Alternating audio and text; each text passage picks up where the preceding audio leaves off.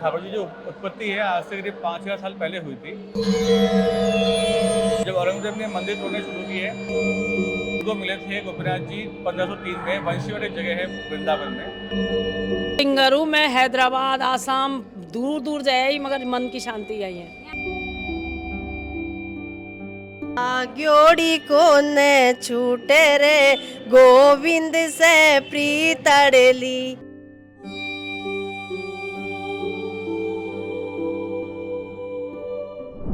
नमस्कार, थिंक 360 में आपका स्वागत है।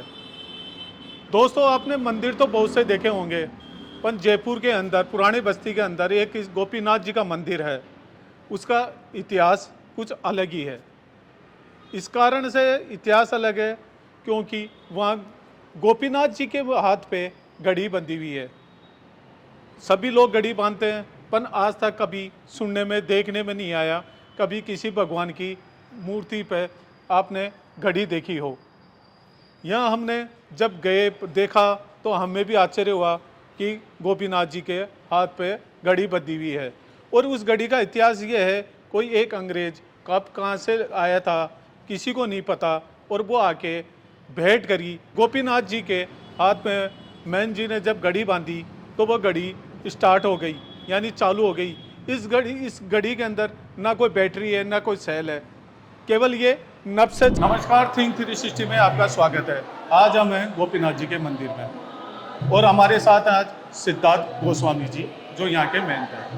उनसे जानते हैं कि ठाकुर जी की ये प्रतिमा है, ये कैसे आई, कब आई और इसका क्या इतिहास है।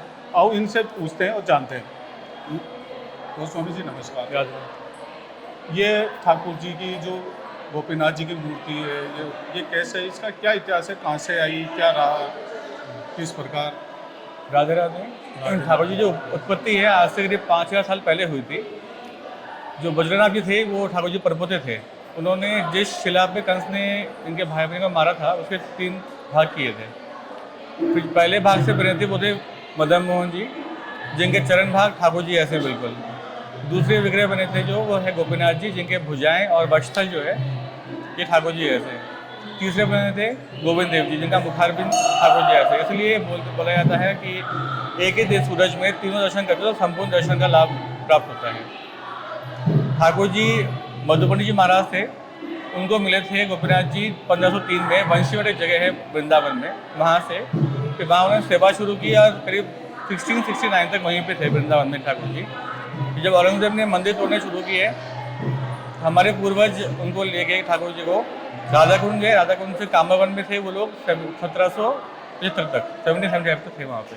फिर 1775 में यहाँ पे आए जयपुर, और ये उनका दूसरा निवास है। जो पुरानी बस्ती में गोपीनाथ जी का मंदिर है, ये दूसरा निवास है। पहला निवास जो है वो जोरावर सिंह गेट पर आप जानते होंगे, आयुर्वेदिक कॉलेज है, वहाँ 17 साल वहाँ पे थे गोपीनाथ जी। तो 1775 से 1792 तक वहाँ पे थे। 1792 में इस बिल्डिंग में आए। ये उस टाइम पे जो प्रधानमंत्री थे कुशलीराम बोहरा, उनका हवेली था ये। उन्होंने ठाकुर जी को भेंट में ये दिया था। तो अपने ये ठाकुर जी आज तक मैंने कभी कोई मंदिर में, आज तक कभी कहीं भी, इतने बड़े बड़े प्रसिद्ध मंदिर है, आज तक मैंने ठाकुर जी के हाथ पे कभी घड़ी नहीं देखी। तो इस घड़ी की क्या कहानी है? ये कोई अंग्रेज थे, उनका ये था मानना कि उनके ठाकुर जी का वक्षस्थल है और हृदय अपने यहीं पे होता है, तो उनका था कि मानना कि इनमें प्राण है। तो वो पल्स वाली घड़ी लाए थे। तो जब पहनाई गई ठाकुर जी को धारण कराई गई तो वो चली घड़ी। तो फिर काफ़ी टाइम उस घड़ी की सेवा ली गई, पर फिर समय के साथ हर चीज़ ख़राब होती है तो वो भी ख़राब हो गई थी। फिर हमारे दादाजी ने किसी को ठीक करने की दी थी, पर वो वापस नहीं आई घड़ी, वो एज अ प्रसाद लेके चला गया। सुनने में आया इसमें ना बैटरी से चलता है ना सेल से चलता हाँ, वो है, पल्स वाली से थी। चलता बताया। पल्स वाली थी वो घड़ी। पल्स, हाँ। पर ये बात है तब की जब दादाजी थे हमारे सेवा में। अभी जो घड़ी है ये सामान्य घड़ी है, बैटरी वाली। तो ये इसके क्या किस कारण से लाके बांधा, क्या क्यों जरूरत पड़ी? जैसे बताया कि इसमें प्राण था, उनका था कि वक्षस्थल इनका है तो हृदय है इसमें। हृदय मतलब धड़कन है, तो उनका ये था मानना कि इसमें हृदय है तो ये चलेगी प्राण वाली वो पल्स वाली घड़ी। और ऐसा हुआ भी? फिर ऐसा हुआ। अब काफ़ी समय उस घड़ी को काम में लिया गया, सेवा में ली गई, तो वो खराब हो गई समय के साथ। फिर वो सही होने गई थी, फिर वापस नहीं आई थी। तो ये जैसे ये ठाकुर जी के अपने जैसे घड़ी का है ये रिवाज, आज तक कहीं मंदिर में नहीं देखने को कहीं नहीं मिल रहा।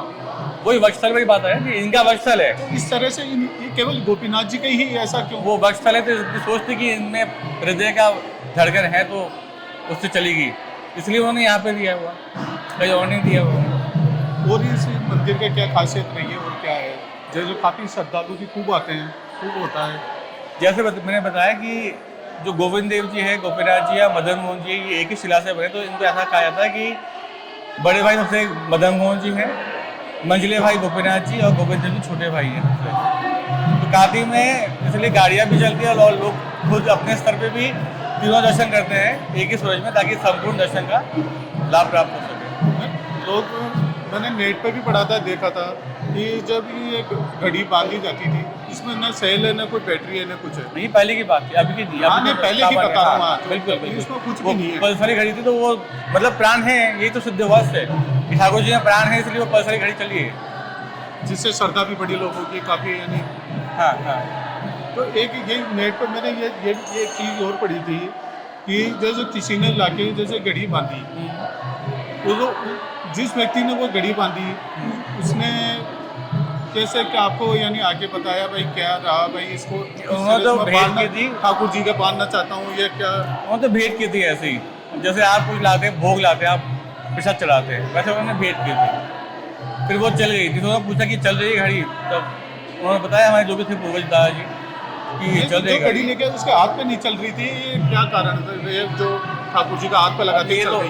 इनकी थी, तो इनकी लीला ही जाने ऐसा तो कि उनकी क्यों नहीं चली, आपने क्यों चली गई अब ठाकुर जी के हाथ। व्यक्ति ने वो घड़ी बांधे, उसके नहीं चल रही होगी या कुछ, तो फिर ये ठाकुर जी के लाते ही वो नहीं, वो धारण नहीं की थी, वो लेके आए थे, उन्होंने खुद ने काम में नहीं लिया था उसको, उन्होंने तो लाके और ठाकुर जी को दिया था। क्योंकि कोई भी चीज़ अपन अगर काम में ले लेते हैं, जैसे आपने बुशर्ट है आपकी, आपने पहन ली तो वो आप चढ़ेगी नहीं मंदिर में, वो कहीं पे नहीं, किसी भी मंदिर में, यहाँ नहीं, किसी भी मंदिर में चढ़ेगी नहीं, क्योंकि वो आपने काम में ले लिया।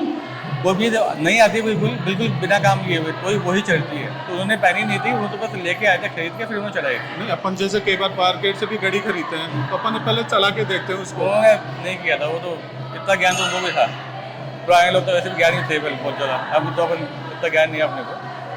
और ठाकुर जी का हाथ लगते ही वो, हाँ, उन्होंने जब दिया तो हमने धारण करवाई लाल जी ने, मतलब तो वो चली गई वो घड़ी। तो ये देखो आप, ये रहा ठाकुर जी का घड़ी का इतिहास।